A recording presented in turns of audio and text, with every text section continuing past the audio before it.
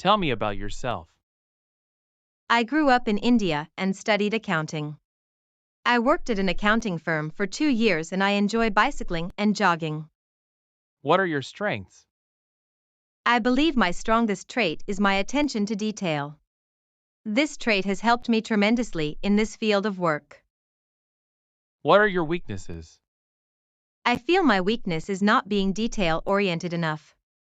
I'm a person that wants to accomplish as much as possible. I realize this hurts the quality and I'm currently working on finding a balance between quantity and quality.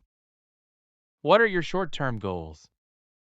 My short-term goal is to find a position where I can use the knowledge and strengths that I have. I want to partake in the growth and success of the company I work for.